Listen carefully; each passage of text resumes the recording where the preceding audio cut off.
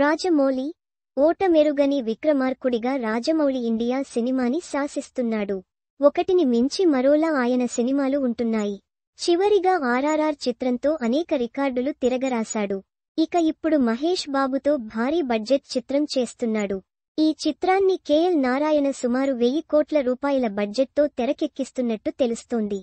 ఇప్పటికే ప్రాజెక్టు సంబంధించిన shooting parts శరవేగంగా కొనసాగుతోంది. ఇప్పటివరకు 2 షెడ్యూళ్లను పూర్తి చేసిన జక్కన్న 3వ షెడ్యూల్ హైదరాబాద్లోనే జరుపుతున్నాడని సమాచారం. ఈ మూవీలో గ్లోబల్ భామ ప్రియాంక చోప్రా కథానాయికగా నటిస్తుంది. సలార్ నటుడు పృథ్వీరాజ్ సుకుమారన్ కూడా కీలక పాత్రలో నటిస్తున్నాడు. ఈ ప్రాజెక్టుకు స్టార్ రైటర్ విజయేంద్ర ప్రసాద్ కథను అందించారు.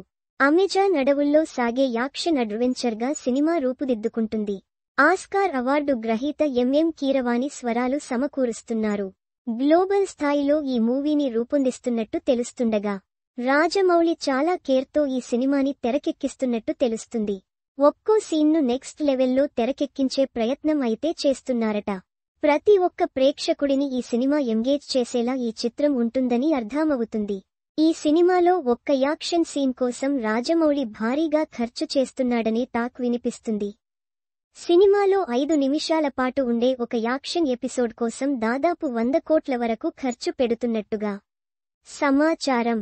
హాలీవుడ్ యాక్షన్ కొరియోగ్రాఫర్ నేపథ్యంలో తెరకెక్కుతున్న ఈ ఫైట్కి భారీగా గ్రాఫిక్స్ వర్క్ కూడా ఉంటుందట. అందుకే ఆ రేంజ్లో ఖర్చు అవుతుందని అంటున్నారు. ఇక ఈ ఫైట్ కోసం ప్రత్యేకంగా ఒక సెట్ని కూడా నిర్మించినట్టు సమాచారం.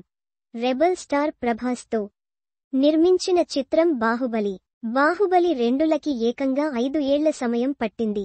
ఇక ఆస్కార్ అవార్డును కొట్టిన ఆర్ఆర్ఆర్ చిత్రాన్ని కూడా రాజమౌళి 2 ఏళ్ల పాటు చిత్రీకరించారు.